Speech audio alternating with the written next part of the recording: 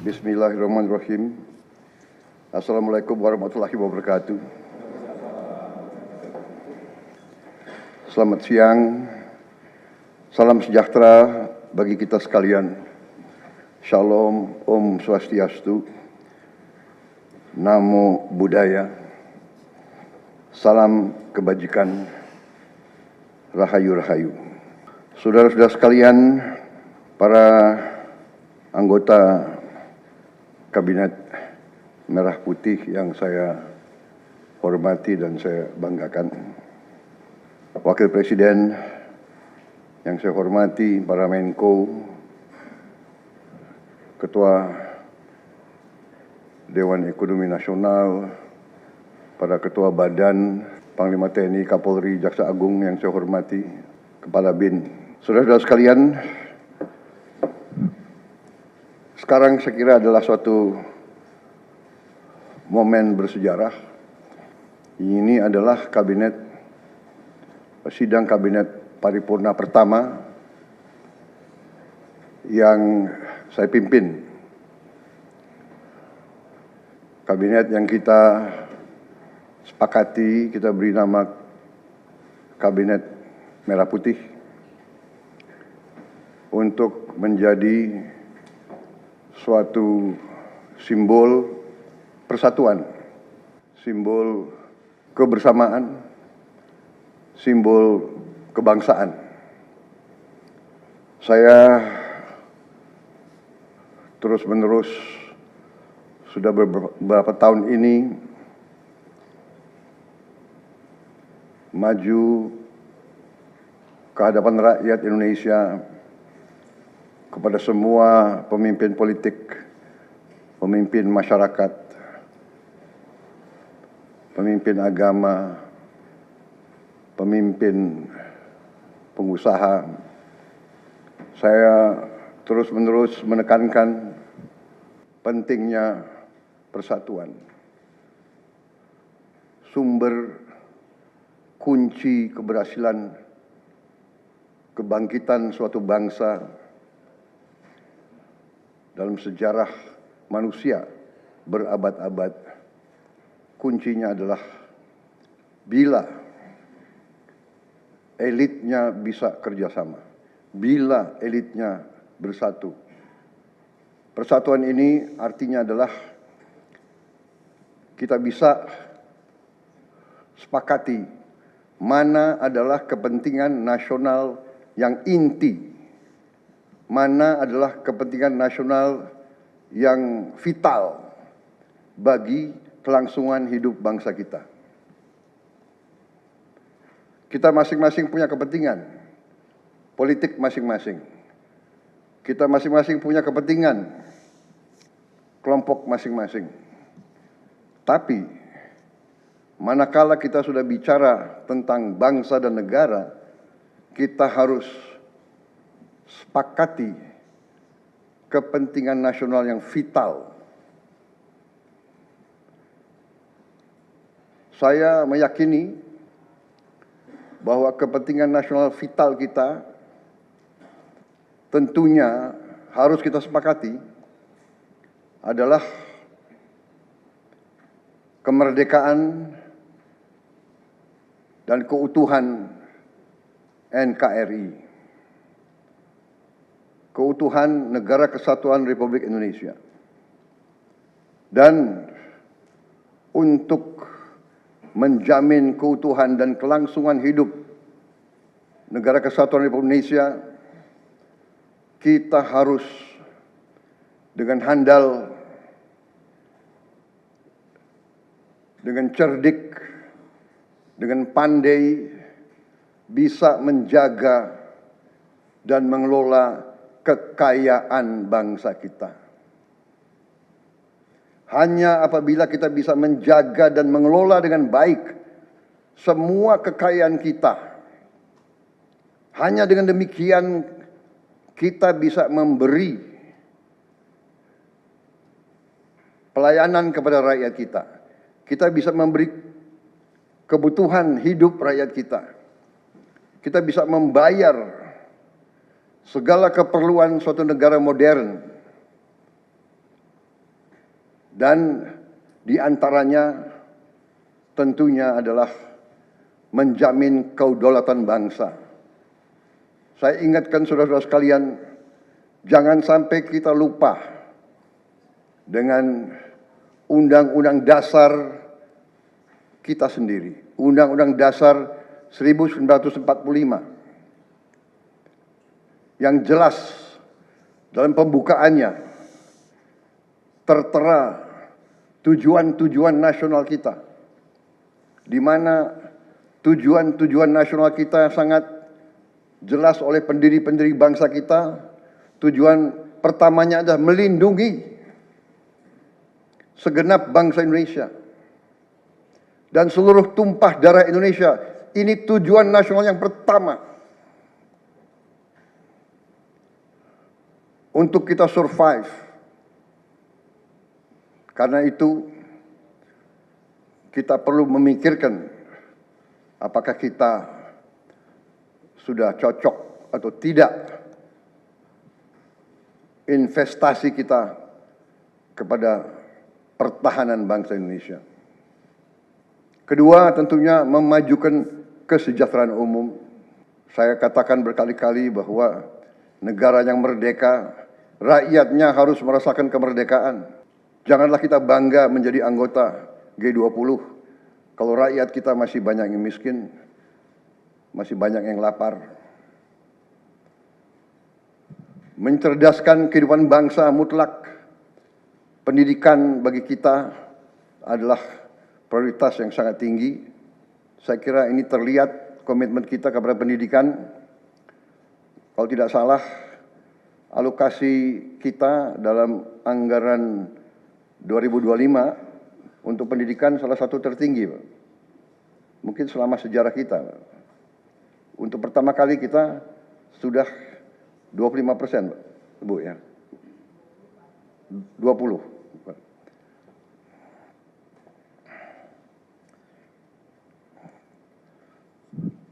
Jadi masalah pendidikan sangat utama. Ya, tentunya tujuan nasional keempat kita juga hadir dalam pergolakan ataupun interaksi dunia, di mana kita harus selalu membela kemerdekaan bangsa-bangsa. Dan karena itu, mau tidak mau Indonesia harus kuat. Saudara-saudara sekalian, dalam hal ini semua, ada beberapa penekanan dari saya. Saya paham bahwa kita baru dilantik, saya saja baru 3 hari. Saudara-saudara baru 2 hari dilantik. Dan saudara-saudara, saya persilahkan secepat mungkin, terutama bagi menteri-menteri yang baru, silahkan konsolidasi sendiri, mengatur sendiri secepat mungkin administrasi saudara dan tim saudara di kementerian dan badan masing-masing. Penyusunan tim sangat penting. Tim yang baik, tim yang bisa kerjasama akan memudahkan kita mencapai target-target yang kita tentukan. Saudara-saudara, saya sangat mengutamakan kerjasama sebagai tim. Untuk itu, dalam waktu dekat, saya akan mengajak saudara-saudara ke Magelang, di mana kita akan melaksanakan beberapa hari menambah pembekalan. Kemudian kita akan adakan koordinasi di tempat di Magelang, Jawa Tengah, di kawasan Akademi Militer.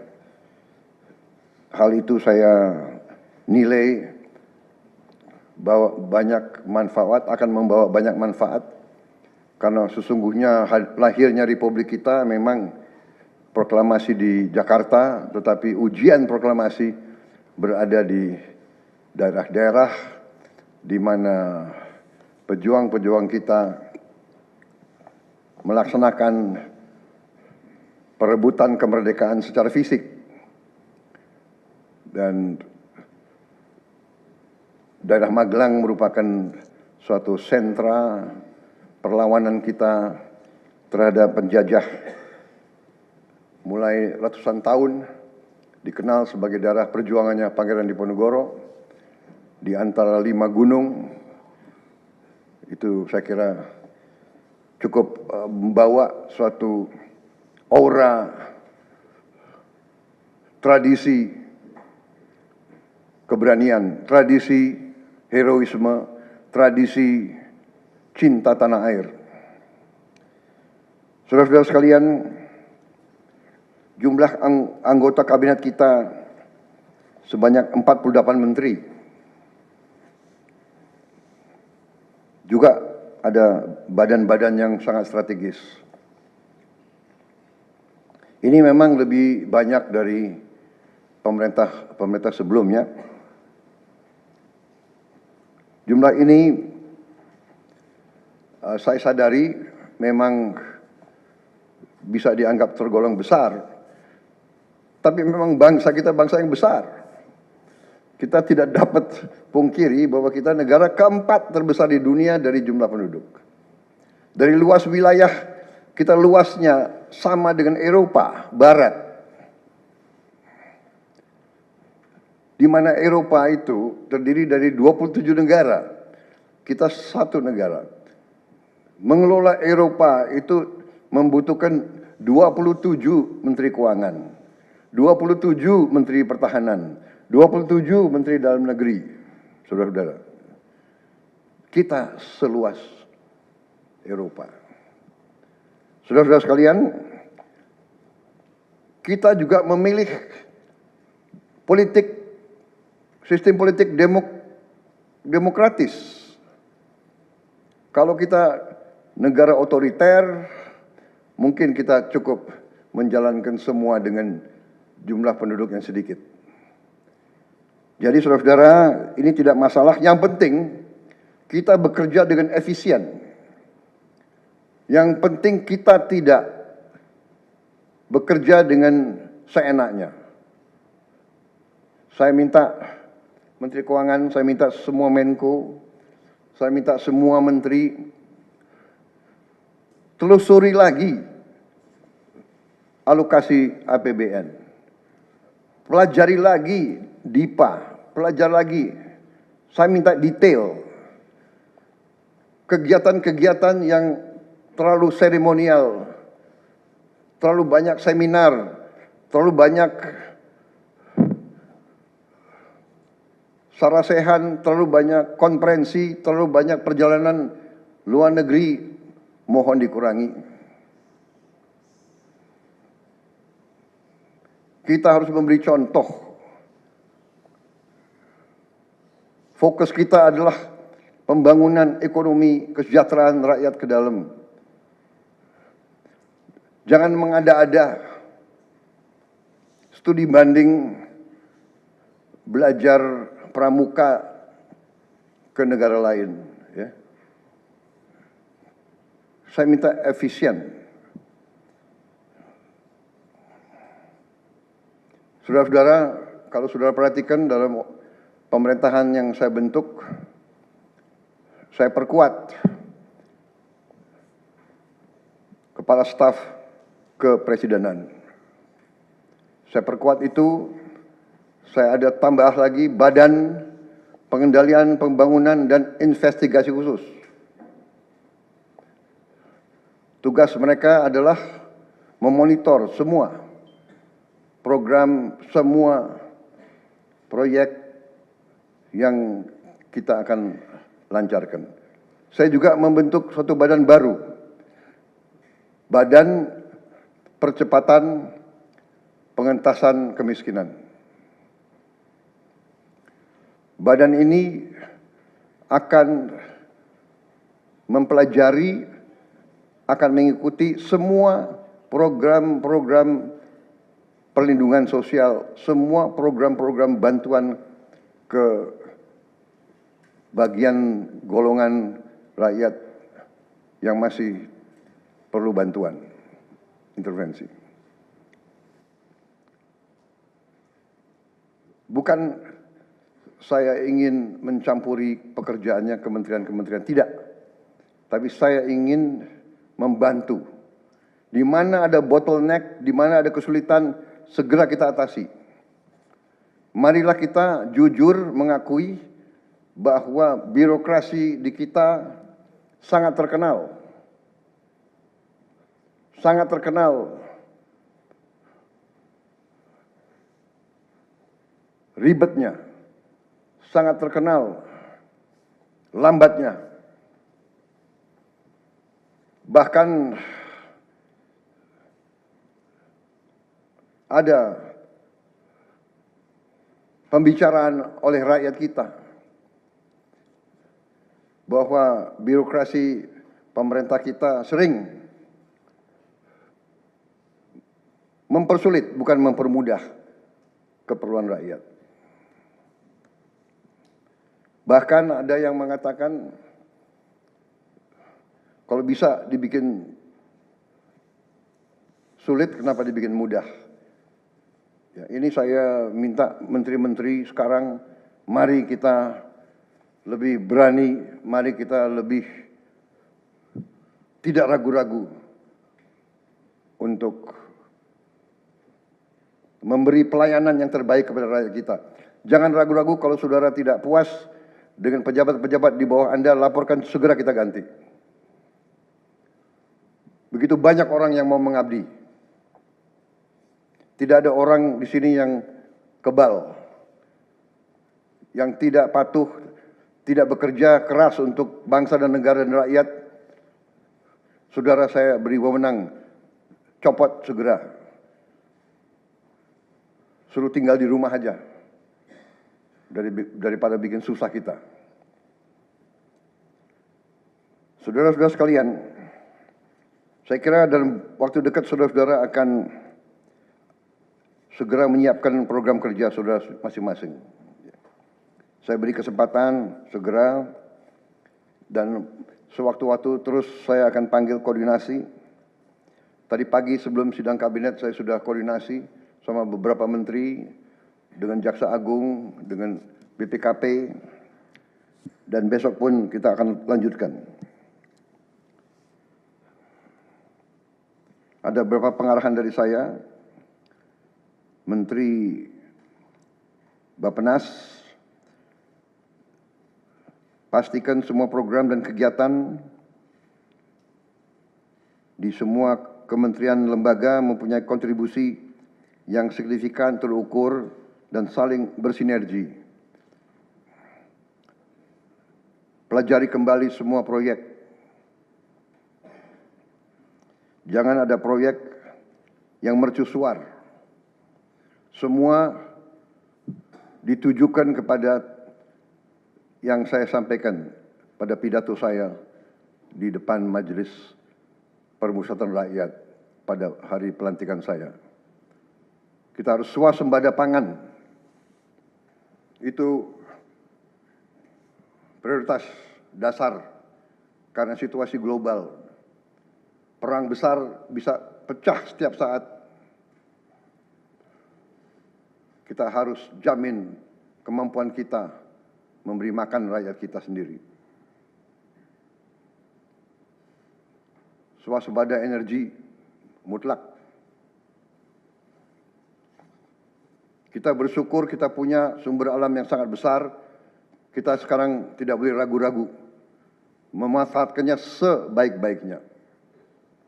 Hilirisasi kunci daripada kemakmuran. Karena itu saya minta menteri-menteri terkait, Menteri Investasi, Hilirisasi, Menteri Bappenas, Menteri ESDM, dengan beberapa menteri lain dibantu oleh tentu Menko Perekonomian dan Ketua Dewan Ekonomi Nasional, saya minta segera inventarisir proyek-proyek penting dalam program hilirisasi kita. 26 komoditas, proyek-proyek yang vital dalam 26 komoditas tersebut yang harus dihilirisasi segera dirumuskan, bikin daftar, dan kita segera untuk mencari dana sehingga kita bisa mulai hilirisasi dalam waktu yang sesingkat-singkatnya.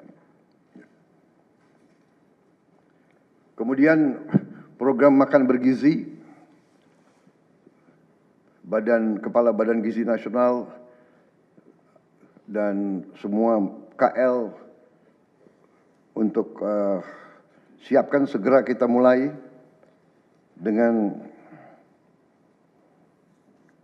bergerak cepat, tepat sasaran, terukur, tapi jangan takut dengan kesulitan.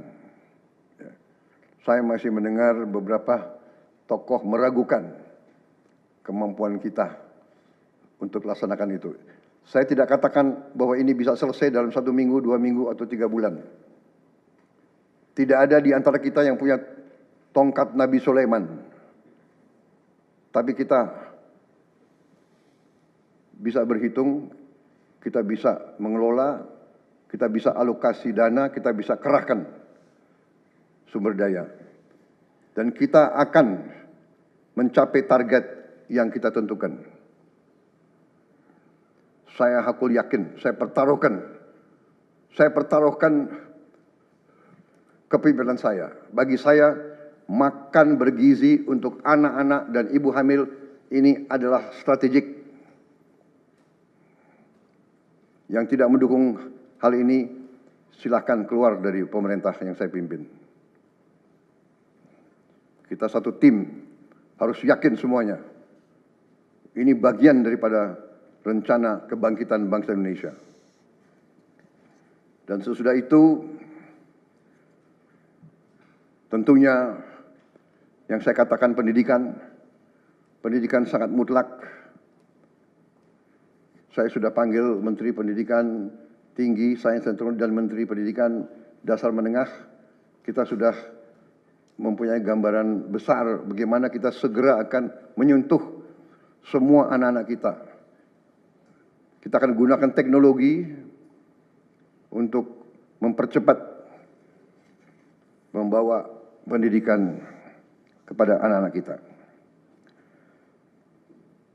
Dan ini sesudah itu tentunya kesehatan juga penting.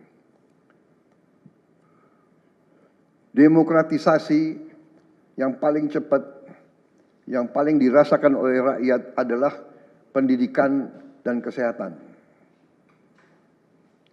Kalau kita bisa memberi pendidikan yang terbaik untuk anak-anak kita, kesehatan yang memadai untuk seluruh rakyat kita, itu adalah demokrasi yang sebenarnya. Saudara-saudara. Menteri Kesehatan, teruskan reformasi kesehatan, atasi kekurangan dokter dan tenaga kesehatan. Kita punya program khusus, nanti kita bahas tersendiri. Ini semua harus ditopang oleh pertahanan yang kuat, penegakan hukum yang tidak ragu-ragu. Saya minta Jaksa Agung, Kapolri, BPKP, Badan Intelijen Negara fokus ancaman yang berat bagi kita, judi online, narkoba, penyelundupan, penyelewengan, korupsi, kebocoran. Hanya dengan penegakan hukum yang tegas dan intelligence yang baik, bukti-bukti yang kuat, bisa kita segera mitigasi hal ini semua.